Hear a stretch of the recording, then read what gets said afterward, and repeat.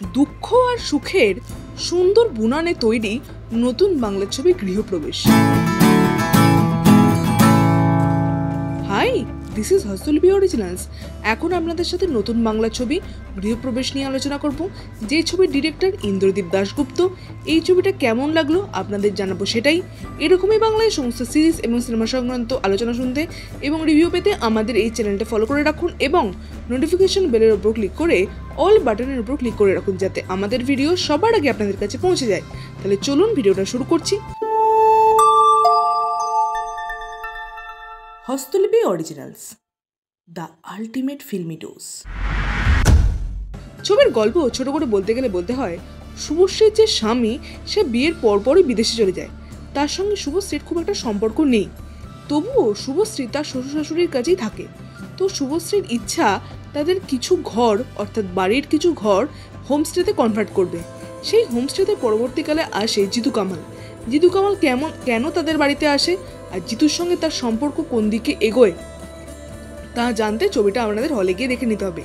এই ছবির মধ্যে যেমন ড্রামা পোর্শনও আছে, তেমন সাসপেন্সও এই ছবিতে ভরপুর। ছবিটা এক কথায় সব রকম ইম্প্যাক্ট আপনাদের মধ্যে রাখতে পারবে এবং ছবিটা কিন্তু ইন্দ্রদীপ দাশগুপ্তের আগের যে ছবিগুলো ছিল তার চেয়ে কিন্তু অনেক ভালো। এই সপ্তাহে যে দুটো ছবি বেরিয়েছে, পক্ষীরাজের ডিম আর গৃহপ্রবেশ, দুটো দু রকমের ছবি। এই ছবিটা কিন্তু আমার বেশ ভালো লেগেছে। এরপরে বলছি এই ছবির অভিনয়ের কথা। ছবিতে অভিনয় প্রত্যেকেই ভালো, দুর্দান্ত অভিনয় এবং রিয়েলিস্টিক অভিনয়ের জন্য প্রত্যেকে অভিনয়ে দুর্দান্ত করেছেন। আউট অফ 5 অভিনয়কে আমি 4.5 দেব। চিত্রনাট্য বেশ টাইট, আউট অফ 5 চিত্রনাট্যকে আমি 4 দেব। ডায়লগ বেশ সুন্দর, আউট অফ 5 4 দেব। তবে কিছু ক্ষেত্রে ডায়লগ কিন্তু আরেকটু ভালো হতে পারত এবং সারা ছবি জুড়ে ঋতুপর্ণ ঘোষকে কিন্তু ট্রিবিউট যে সত্যিই দেওয়া হয়েছে সেটা আপনারা বুঝতে পারবেন। ব্যাকগ্রাউন্ড মিউজিকের কাজ এতই ভালো যে প্রত্যেকটা সিন বিজিএমের জন্য এলিভেট হচ্ছে। বিজিএম দুর্দান্ত, তেমনি গানগুলোও কিন্তু অপূর্ব, আপনাদের মনে থেকে যাবে। সব মিলিয়ে গান এবং বিজিএমকে আমি আউট অফ 5 4.5 দেব। ছবির ক্লাইম্যাক্স কিন্তু ভীষণই ভালো। ছবির মধ্যে যে সাসপেন্স এলিমেন্টগুলো আছে সেগুলো আপনারা উপভোগ করতে পারবেন।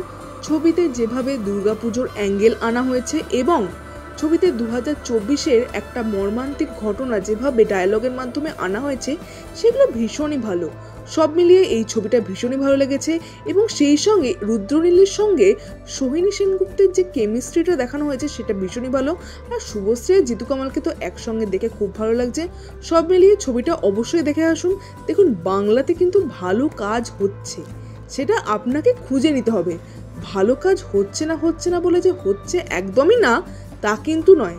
তাই আমাদের উদ্দেশ্য আমাদের চ্যানেলের মাধ্যমে আপনাদের কাছে এই কাজটা পৌঁছে যাক এবং আপনারা অবশ্যই দেখে আসুন ছবিটা এবং এসে কমেন্টে লিখে জানান যে ছবিটা কেমন লাগলো।